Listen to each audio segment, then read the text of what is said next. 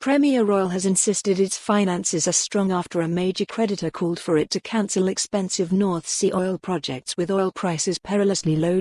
Premier Oil told investors today it has hedged 30% of its full-year gas and oil entitlement production at $60 a barrel. This includes 40% for the first half of 2020 at $64 per barrel. Read more. Oil giants slump as Trump EU travel ban makes COVID-19 and price war affect worseAsia. Research and Capital Management, ARCM, the firm's biggest creditor, has urged the firm to focus on its balance sheet. The lender accused Premier of running out of money with oil prices under $40 per barrel. Oil prices stood around $34 a barrel today after Saudi Arabia flooded the market with cheap oil as its alliance with Russia ended in acrimony over the weekend.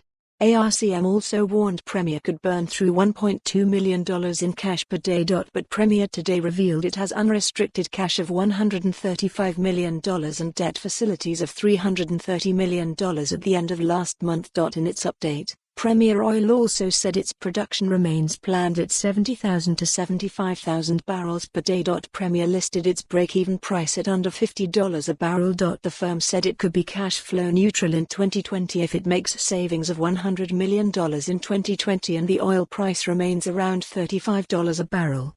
The group retains significant liquidity, it added.